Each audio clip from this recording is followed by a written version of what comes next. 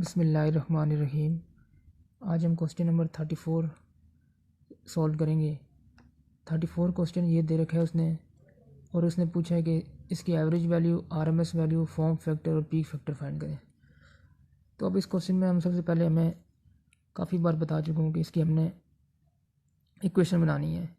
ये जो वेव है इसकी कितने पार्ट होंगे, एक यहाँ से लेकर यहाँ तक एक पार्ट है इसका, फिर ये यहाँ से लेकर यहाँ तक एक पार्ट है, फिर यहाँ से लेकर यहाँ तक एक पार्ट है, मतलब 3 इक्वेशन बनेंगी। अब ये जो इक्वेशन है यहाँ, इसको मैं अगर ए कह दूँ, ये ए पार्ट होगा, ये हमारे पास बी पार्ट है, ये सी पार्ट है। अब सबसे पहले ए पार्ट की इक्वेशन क्या बनेगी, हमें पता है स्लोप क्या होता है, y2 minus y1 into x2 minus x1।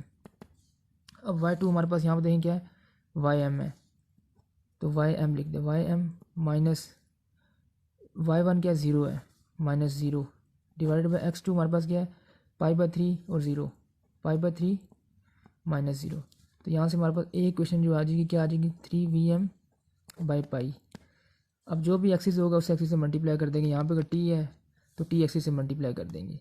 तो ये हमारे पास ए पार्ट की इक्वेशन आ गई। अब बी की क्या आएगी इक्वेशन, बी हमें पता है सिंपल कॉन्स्टेंट है। इस तरह अगर ये वेव है कॉन्स्टेंट है तो इसकी इक्वेशन सिंपल क्या आएगी, 5, 0 में 5, 1 पे 5, तो कॉन्स्टेंट है। इस तरह यहाँ पे बी क्या आ जाएगा, ym, बी की वैल्यू ym है ना।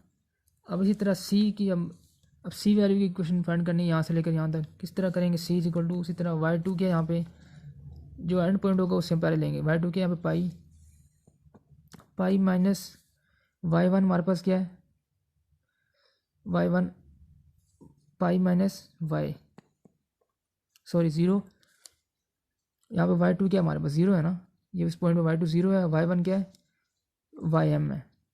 ये देखिए यहाँ पे 0 माइनस y, तो 0 माइनस ym ले लिया, इंटू x2 क्या है, x2 यहाँ पे पाई है, और x1 क्या है 2π/3, तो पाई माइनस 2π/3। तो इसको अगर हम सॉल्व करेंगे तो क्या आ जाएगा, माइनस vm इंटू 3 ऐसे में ले लें, 3π माइनस 2π, तो यहाँ से क्या आ जाएगा, माइनस 3ym और पाई इंटू टी। तो ये हमारे पास इसकी इक्वेशन आ गई। लेकिन अभी हमने इसको वेरीफाई करना है।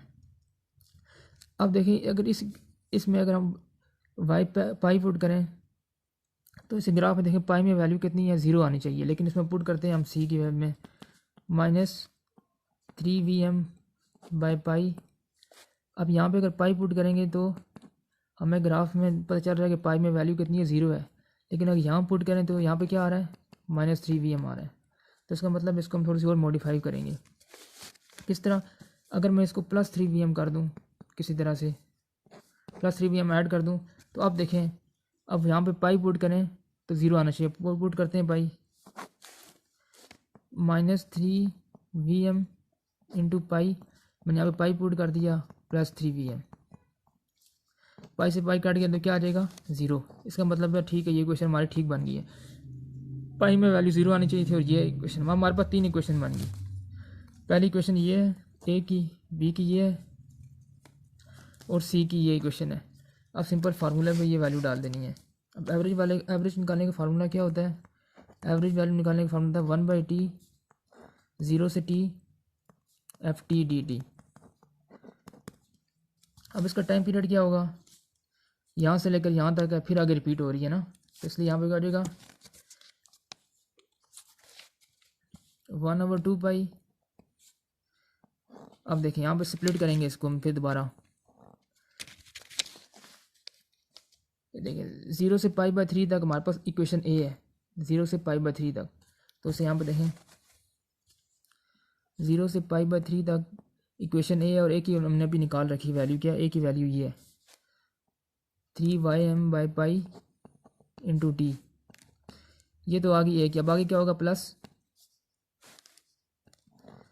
अब देखें अब π/2 से लेकर 2π/3 तक वैल्यू क्या है, बी है, और बी की वैल्यू हमने क्या निकाली है, ym, π/3 से लेकर 2π/3 तक इसकी वैल्यू कितनी आ रही है हमारे पास, ym आ रही है, प्लस, अब आगे देखें 2π/3 से लेकर पाई तक वैल्यू सी है, और सी की वैल्यू भी हमने फाइंड किया, क्या है सी की वैल्यू ये आ रही है, सी की वैल्यू यहाँ पुट कर दें 2π/3 से लेकर पाई तक हमारे पास वैल्यू क्या आएगी, वैल्यू पुट करें यहाँ पे 3Vm minus 3Vm/π into T. अब क्वेश्चन ये आता है कि मैंने जो है सिर्फ फुल वेव की क्यों नहीं ली, अगर फुल की एवरेज लूँ तो वो ज़ीरो आ जाएगी, क्योंकि मैंने सिर्फ इस पोर्शन की एवरेज लेनी है, तो वही हमारा आंसर आ जाएगा। पीरियड तो फुल का लेना है 1 से लेकर 2π तक, और जो एवरेज होगी वही इस पोर्शन की लेंगे। तो मैंने सबसे पहले इक्वेशन बनाई है कि बी की, सी की, और सिंपल उसका वैल्यू पुट कर दी। ये देखिए ए की वैल्यू ये बनी है, बी की ये है और सी की ये है। अब यहाँ पे मैंने वैल्यू पुट कर दी। तो अब आगे सिंपल इंटीग्रेशन है, मैं इसको सॉल्व करके बताता हूँ। तो जब आप इसको सॉल्व करेंगे तो इसका आंसर हमारे पास आ जाएगा 2/3 Vm। सिंपल इंटीग्रेशन है तो इसका आंसर एवरेज वैल्यू हमारे पास 2/3 Vm आ गई। ये तो हमारे पास एक क्वेश्चन का पार्ट आ गया एवरेज वैल्यू। अब इसी तरह हमने इस क्वेश्चन में RMS वैल्यू फाइंड करनी है। तो RMS वैल्यू का फार्मूला हमें पता है क्या होता है, FT RMS 1/T into FT का स्क्वायर। अब हमें फंक्शन पता है ए ये है, बी ये है, सी ये, हम सिंपल इसी तरह इन्हें वैल्यू पुट कर देते हैं। तो FT RMS क्या आ जाएगा हमारे पास, हमें टाइम पीरियड इसका पता है कितना है, 0 से लेकर 2π तक रिपीट हो रही है, 1/2π। आगे क्या हो जाएगा इंटीग्रेशन, 0 से लेकर π/3 तक ए वैल्यू है, ए पार्ट है, 0 से लेकर π/3 तक ए है, ए का स्क्वायर होगा, इनका स्क्वायर है ना, इसका स्क्वायर क्या हो जाएगा 9Ym² इंटू पाई स्क्वायर और टी का स्क्वायर dt।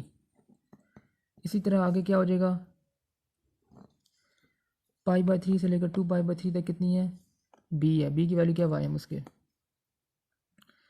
π/3 से लेकर 2π/3 तक क्या है, इसकी वैल्यू हमारे पास बी स्क्वायर Ym का स्क्वायर। और इसी तरह 2π/3 से लेकर पाई तक क्या वैल्यू सी है, तो सी का स्क्वायर कर देंगे, FT का स्क्वायर है ना, सी का स्क्वायर प्लस 2π/3 से लेकर π/3 तक, सॉरी पाई तक कितनी है, सी का स्क्वायर, सी का स्क्वायर क्या हो जाएगा 3 का स्क्वायर 3Ym, इसका स्क्वायर तो मैं स्प्लिट कर रहा हूँ, माइनस 2π/3 से लेकर पाई तक माइनस 3Ym टी का स्क्वायर। ये वैल्यू आगे सिंपल इंटीग्रेशन है, तो इसका आंसर में जो मैंने जो निकाला वो आ रहा था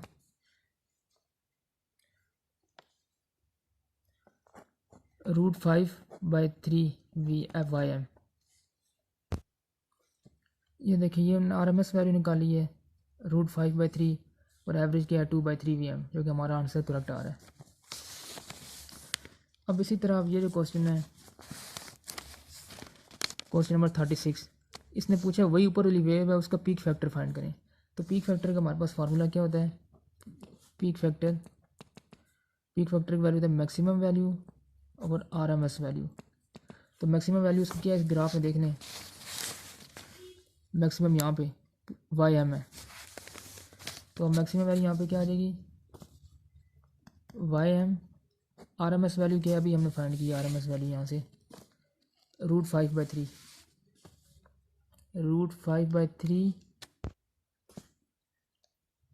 तो पीक फैक्टर क्या आ गया हमारे पास 3Ym/5, जो कि यहाँ पे देखें सोल्यूशन में दे रखा है उसने, पीक फैक्टर होगा वोल्टेज 3√5, तो 36 भी सॉल्व हो गया। अब 37 में क्या बता रहा है, फॉर्म फैक्टर। और फॉर्म फैक्टर किस तरह फाइंड करेंगे इस वैल्यू का, फॉर्म फैक्टर का फार्मूला क्या होता है, फॉर्म फैक्टर का RMS और एवरेज। RMS ही पता है हमें, ये निकाली हुई है, एवरेज भी पता है ये है, इसको पुट करेंगे तो हमारे पास फॉर्म फैक्टर भी आ जाएगा। तो ये चार जो क्वेश्चन थे ये इसी कंसेप्ट में थे।